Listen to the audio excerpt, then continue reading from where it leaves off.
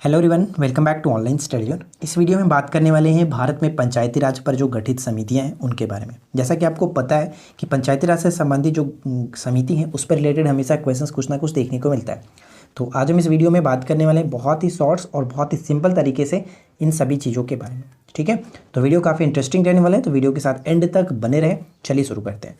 देखिए, भारत में पंचायती राज पर गठित जो समितियाँ वो निम्नलिखित 5 प्रकार की थी, जैसे बलवंत राय मेहता समिति, अशोक मेहता समिति, राव समिति, यानी राव का मतलब क्या हो गया, ध्यान दीजिएगा, GVK। ठीक है, GVK राव समिति था। और उसके बाद सिंधवी समिति है और लास्ट में हमारा है PK थुंगन समिति। ये 5 समितियां बनी हुई थी पंचायती राज पर।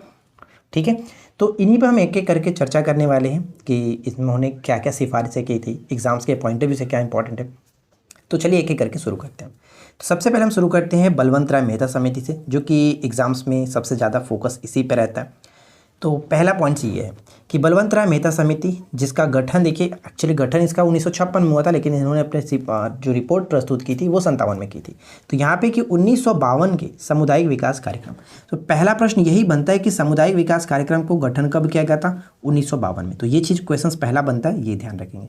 सामुदायिक विकास कार्यक्रम की असफलता के कारणों की समीक्षा के लिए 1956 में बलवंत राय मेहता की अध्यक्षता में समिति का गठन हुआ, यानी 1956 में बलवंत राय मेहता समिति का गठन हुआ था, ये चीज़ ध्यान रखिएगा। समिति द्वारा 1957 में रिपोर्ट प्रस्तुत की गई थी। इस समिति ने पंचायती राज व्यवस्था लागू करने पर बल दिया, जिसे लोकतांत्रिक विकेंद्रीकरण के नाम से जाना गया। तो अब यहाँ पे बात करते हैं कि इन्होंने जो ये प्रस्ताव रखा था, सिफारिश जो किया था, कौन सा स्तरीय था और क्या इनके सिफारिशों को स्वीकारा गया, नहीं गया, ये देखते हैं। तो इस समिति ने त्रिस्तरीय पंचायती राज व्यवस्था बनाने का सुझाव दिया था, जो कि वर्तमान में भी लागू है। त्रिस्तरीय पंचायती राज व्यवस्था बनाने का इन्होंने सुझाव दिया था, जिसमें क्या होता था कि जिला स्तर पर जिला परिषद, पर प्रखंड स्तर पर जो कि पंचायत समिति, और ग्राम स्तर पर ग्राम पंचायत। ये 3 बहुत इंपॉर्टेंट है, तीनों को नाम याद रखने कि जिला स्तर पर जिला परिषद होता है, प्रखंड स्तर पर पंचायत समिति और ग्राम स्तर पर ग्राम पंचायत होता है। तो ये तीनों इंपॉर्टेंट है, 3 स्तरीय इन्होंने सिफारिश किया था। अब उसके बाद क्या आता है, इसके बाद आगे हम देखते हैं कि 1958 में राष्ट्रीय विकास परिषद द्वारा बलवंत राय मेहता समिति की सिफारिशों को मंजूरी प्रदान की गई, यानी कि वर्तमान में भी ये लागू है, मंजूरी प्रदान की गई। 2 अक्टूबर 1959 को प्रधानमंत्री जवाहरलाल नेहरू द्वारा राजस्थान के नागौर जिले में पंचायती राज व्यवस्था की शुरुआत की गई, यानी सबसे पहले राजस्थान के नागौर जिले में पंचायती राज व्यवस्था स्टार्ट की गई थी 2 अक्टूबर 1959 को।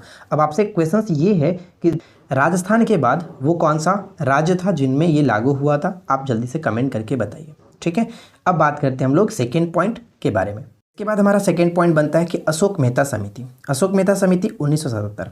देखिए, इसमें क्या है कि 1977 में पंचायती राज कार्यक्रम की असफलता के कारणों का अध्ययन करने हेतु अशोक मेहता समिति का गठन किया गया।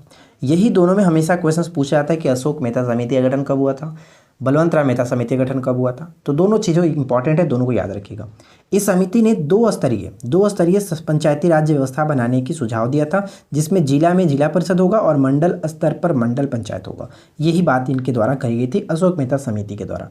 समिति के इस सुझाव को लागू नहीं किया गया था, तो ये चीज़ ध्यान रखिएगा। एक चीज़ मैं आपको बता दूं और फ्रेंड्स, अगर आपके माइंड में कोई भी डाउट रहता है या फिर आपको हमसे पर्सनली कुछ बात करनी है या फिर कुछ भी चीज़ों के बारे में आपको हमसे अगर रिगार्डिंग कुछ सवाल है आपके माइंड में, अगर आपको लगता है कि आपसे हमसे बात हो जाए, तो देखिए आपको हमारे सभी नोट्स पे एक नंबर देखने को मिलता है, जो कि यहाँ पे आप देख रहे हैं। यही आपको नंबर देखने को मिल रहा है इस पूरे लोगों में। तो आप इस नंबर पे डायरेक्ट हमसे व्हाट्सएप कर सकते हो। कॉल मत किया करो यार, कॉल करोगे तो कॉल वैसे भी रिसीव नहीं कर पाएंगे, क्योंकि इतना टाइम तो है नहीं कि सभी का कॉल रिसीव करते रहें। तो आप लोग डायरेक्ट इस पर मैसेज करिए, मैसेज का रिप्लाई आपको इंस्टेंट मिल जाएगा। कुछ समय टाइम लगेगा लेकिन मिल जाएगा। ठीक है, तो अगर आपको कुछ भी बात करनी हो, कोई भी शिकायत हो, कोई भी आपको रिगार्डिंग कोर्स की रिगार्डिंग या फिर कुछ भी आपके माइंड में हो, तो आप इस नंबर पर मैसेज कर सकते हैं। ठीक है, चलिए आगे बढ़ते हैं। उसके बाद हमारा अगला सवाल क्या है, राव समिति। तो देखिए, राव समिति 1985। राव समिति 1985 के संबंध में क्या है, यानी कि GVK राव समिति था। यहाँ पे मैंने आपको बताया जस्ट अभी, कौन सा समिति था, GVK राव समिति। तो 1985 में ग्रामीण विकास, ध्यान दीजिएगा, ग्रामीण विकास और गरीबी उन्मूलन हेतु उपयुक्त प्रशासनिक व्यवस्था की सिफारिश के लिए राव समिति का गठन किया गया था। तो डायरेक्ट पूछा जाएगा किसके लिए गठन किया गया था, तो ग्रामीण विकास और जो कि गरीबी उन्मूलन हेतु इसका गठन किया गया था 1985 में। कौन से डेट क्या था, 25 मार्च, ये भी याद रखिएगा, 25 मार्च। इस समिति ने अनुसूचित जनजाति तथा महिलाओं के लिए, यानी अनुसूचित जनजाति एसटी और महिलाओं के लिए आरक्षण की सिफारिश की। ठीक है, लेकिन आगे देखिए क्या है कि इस समिति ने 4 स्तरीय पंचायती व्यवस्था बनाने का जो कि सुझाव दिया था। इस समिति ने 4 स्तरीय पंचायती राज व्यवस्था बनाने का सुझाव दिया था, जिसमें कुछ इस प्रकार का था कि राज्य स्तर पर राज्य विकास परिषद होगा, जिला स्तर पर जिला परिषद, मंडल स्तर पर मंडल पंचायत और ग्राम स्तर पर ग्राम पंचायत होगा। इस तरह से इनके सुझाव थे। एक चीज़ और याद रखिएगा इनके संबंध में कि इस समिति ने ग्राम पंचायत में नियमित चुनाव की भी सिफारिश की थी, और नोट में मैंने लिख रखा है कि इस समिति के सुझाव को लागू नहीं किया गया था, तो ये भी याद रखेंगे। क्लियर। अब बात करते हैं हम लोग आगे, और जो कि चौथा पॉइंट्स क्या है। चौथा पॉइंट्स आपका जो कि सिंघवी समिति, जो कि 1987 में इसका गठन किया गया था।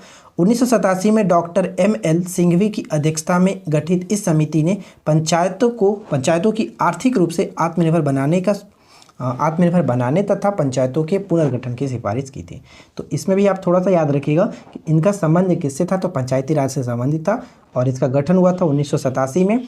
क्या इन पर मुख्य जो फोकस था वो क्या था, इस समिति ने पंचायतों की आर्थिक रूप से आत्मनिर्भर बनाने और पंचायतों के पुनर्गठन की सिफारिश की थी। अब बात करते हैं लास्ट पॉइंट। लास्ट पॉइंट क्या है, जो कि पीके थुंगन समिति है।